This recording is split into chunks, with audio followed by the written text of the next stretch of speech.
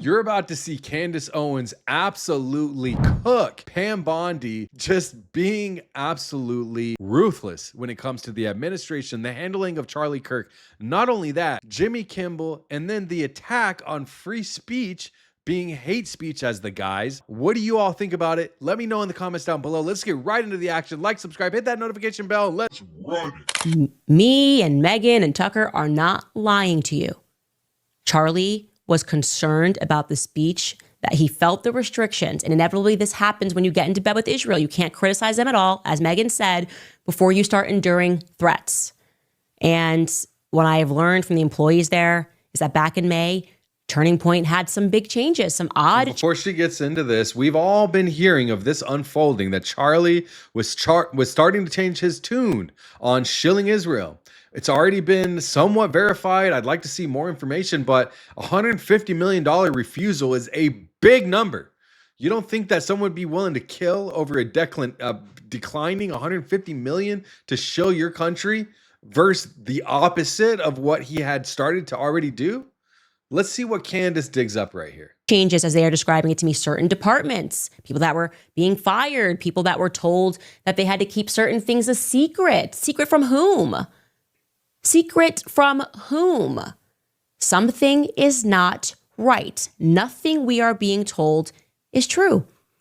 And the strangest thing is that Pam Bondi, who is a complete loser and a tool, is trying to use the assassination of Charlie Kirk to lay the groundwork for hate speech laws in America.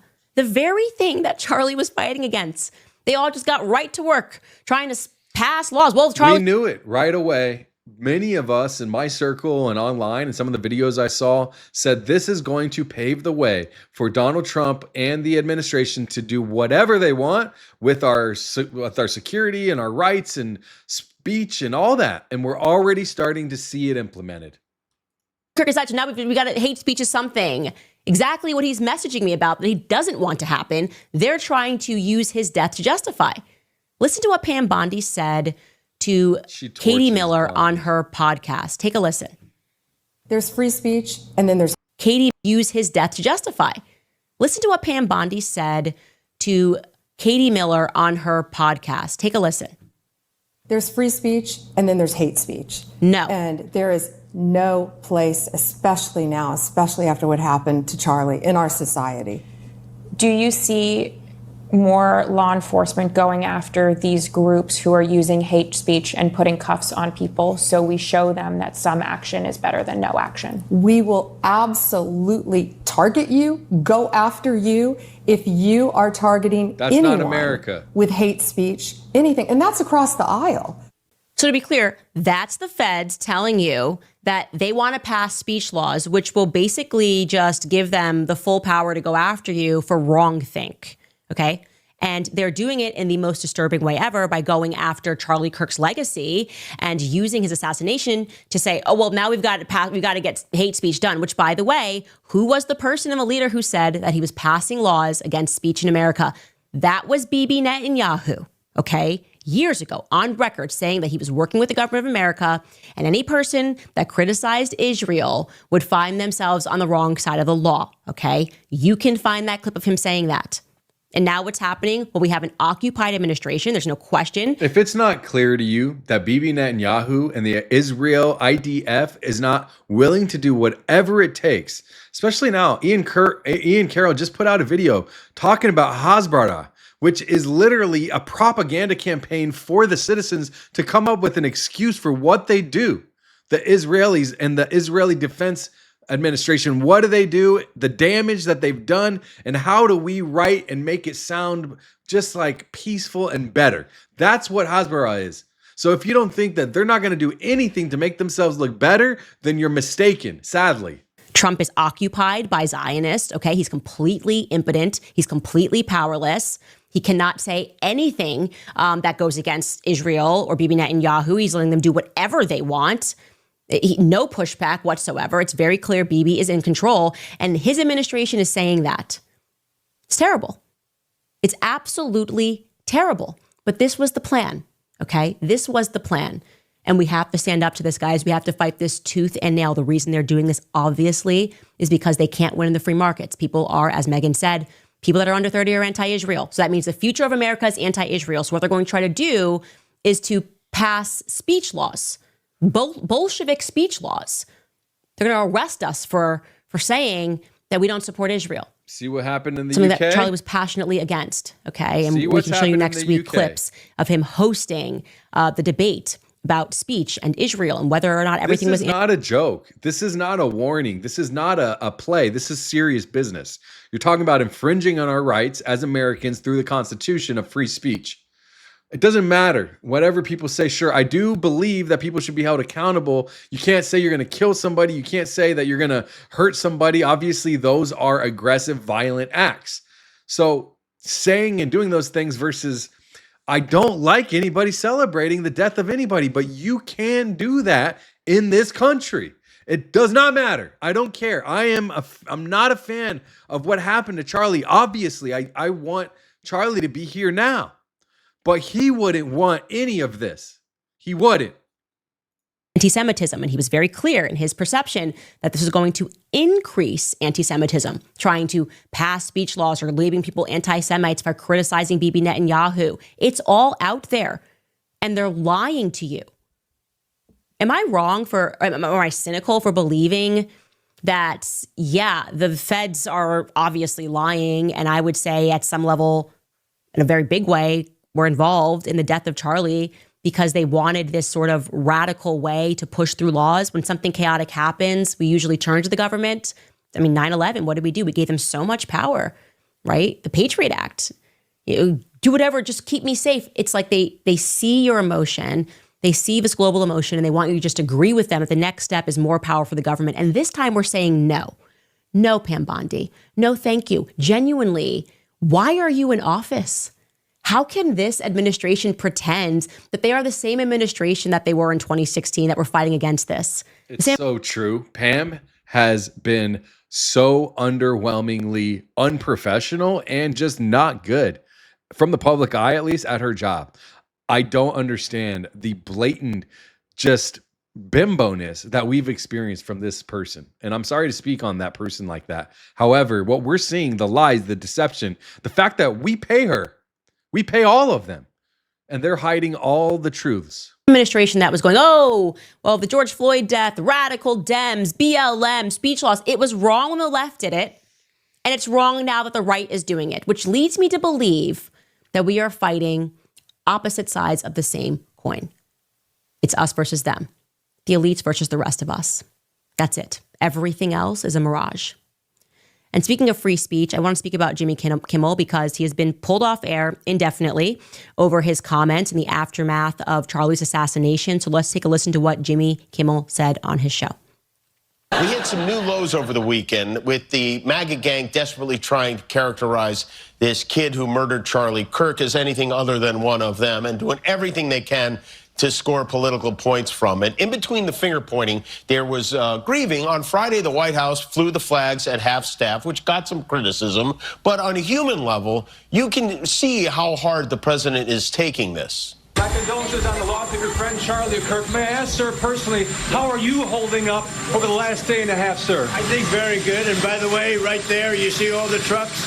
They've just started construction of the new ballroom for the White House, which is something they've been trying to get, as you know, for about 150 years. And it's going to be a beauty. Yes. He's at the fourth stage of grief, construction. Demolition. Construction. Has anyone ever thought to think like maybe he doesn't want to talk about it? Maybe he's just not wanting to talk about it right now. There's a lot of different perspectives. So many. Like from was Trump in on it? Was the administration in on it? To is Israel in on it? To what?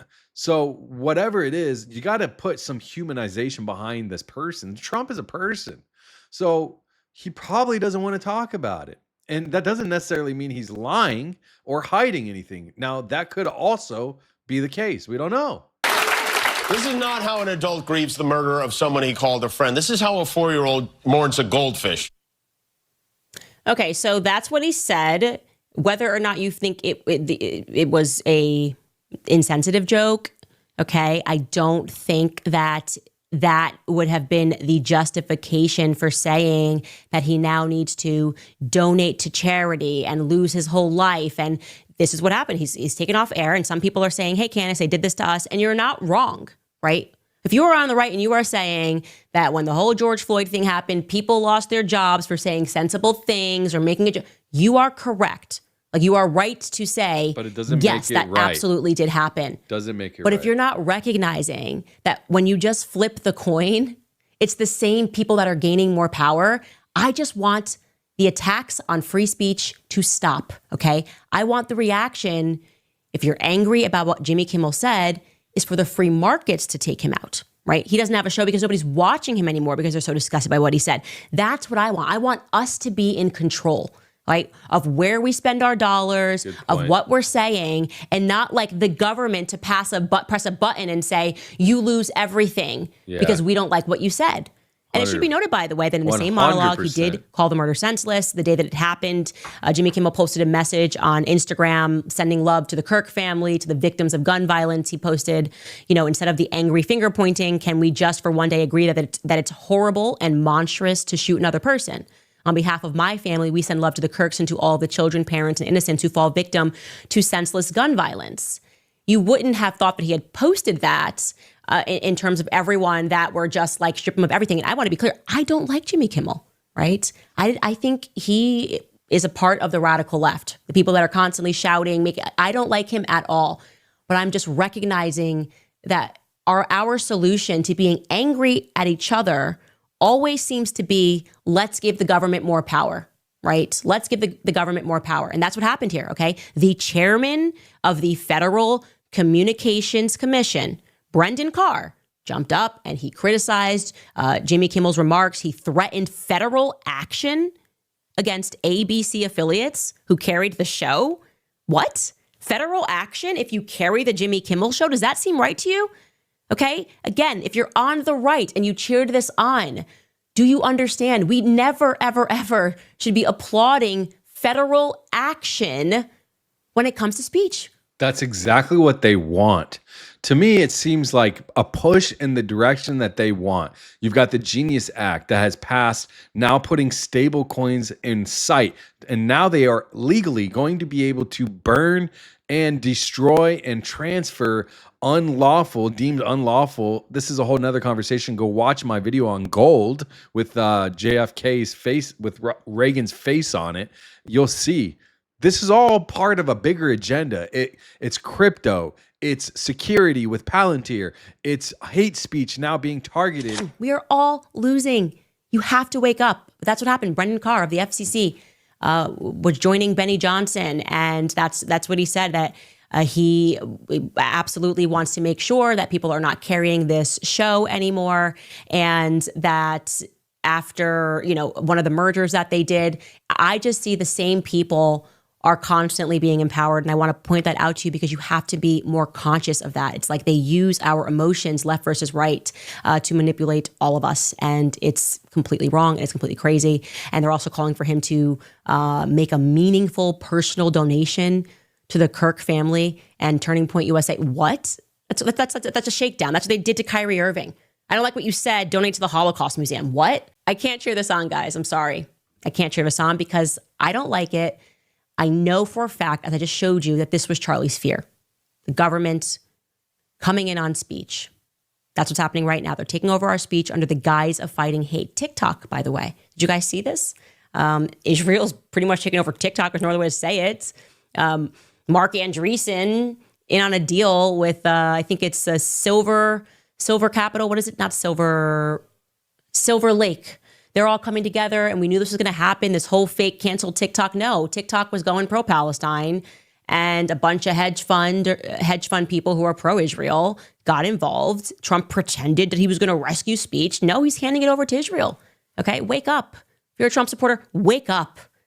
Okay, he has handed so much over to Israel, and he's about to hand over the keys to our speech. Let's use our speech while we're still allowed to have it. And you also have to remember, Charlie wanted us to be happy warriors. So while we are fighting for truth, while we are fighting for transparency, we should remember that we should laugh and we should be happy. And the clips that you guys are making regarding how the feds think that we speak after that ridiculous made-up text chain between Tyler Robinson and his lover, Lance, they're hilarious. Your TikToks and the videos are hilarious. I'm going to show you just one here. This is Chris Olsen, at Chris Olsen. He's actually over on Instagram. Take a listen. Good day, my love. I have just committed one of the highest sins of the Lord, murder. I must flee the country now in my vehicle. I have hidden the weapon. It was mine. I won't see you for a very long time, unless you come with me. If not, I will see you after the war, my love. Why is that so accurate? What went wrong, FBI? What went wrong? Speak to us. Let us help you. You guys just old? Like, what's going on? I actually think there was a person on TikTok. I hate to not credit them, but I genuinely don't remember what handle it was. I was just scrolling through. But he suggested that what went wrong was that they did use AI. And in their AI prompt, they said to create a conversation between 20-year-olds, or like a conversation between 20-year-olds, but they actually wrote like the AI understood it as like not people in their 20s, but like people in the 20s, like the 1920s. And I was like, that actually could have been what went wrong. They prompted AI and they said between people in their 20s, and actually they wrote people in the 20s, and they just went with it. And that's why you have this, hello, my love. Like, it's so bad. It's a major blunder. Wow. It's a very bad blunder, you guys. Wow, dude. The sleuths are out, bro. Wow. But I'm happy it happened, because everything's coming undone. We're exposing everything. We're going to figure out everything. And I feel good about that. So, yeah, that's what I'm doing this weekend. In memorial of Charlie Kirk, I'm going to keep investigating every single lead until I solve his murder. What are you doing?